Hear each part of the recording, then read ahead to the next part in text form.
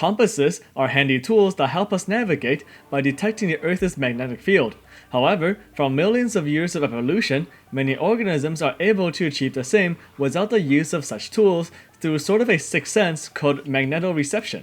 So in this video, we will go over how the Earth's magnetic field is generated, how magnetoreception works, and some animals that use this ability. Even though it's a spinning rock, the Earth is made of several layers, with a solid iron inner core in the center, surrounded by a liquid iron and nickel outer core. Since both elements are conductive and are always in motion in the outer core, an electric current is generated.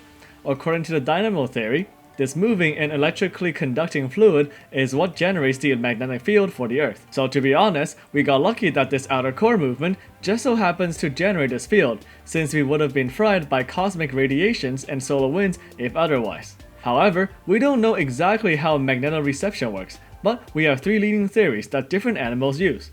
The first one being the use of magnetite crystals, which are found in certain species of bacteria and trout. The theory predicts that there are proteins, or some receptors, that react with those crystals, as they interact with the Earth's magnetic field.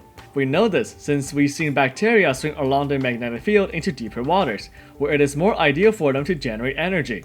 Next, we have the theory that magnetic fields may be converted into electrical stimuli for the brain to understand. This theory mainly applies to fishes that have electroreceptors that detect electrical changes in the water, such as sharks and rays. As those fishes swim across the ocean, their electroreceptors, called ampullae of Lorenzini, may be able to pick up voltage drops caused by magnetic fields. This mainly applies to aquatic animals, since seawater is a fantastic conductor. Lastly, we have the theory that I had the hardest time understanding, the radical pairs hypothesis. Many reactions in an organism generate unpaired electrons, which have different orientations, or spins. It is theorized that magnetic fields can influence those spins, which in turn influence those chemical reactions down the line. Cryptochromes are photoreceptors that are sensitive to light, and they seem to be able to function as magnetoreceptors by detecting those changes. And there we have it. From the movement of liquid iron and nickel in the Earth's core, a magnetic field is generated, allowing many animals, such as trout and sharks, to navigate through magnetoreception.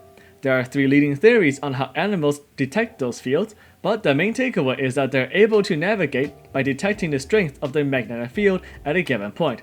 The closer we are to the poles, the stronger the magnetic fields we will feel, which provide those animals enough information to know which direction to travel and how to travel along migratory routes associated with those fields in the case of sea turtles and birds. I hope that y'all have learned something interesting today. Thank you for watching, and stay hydrated!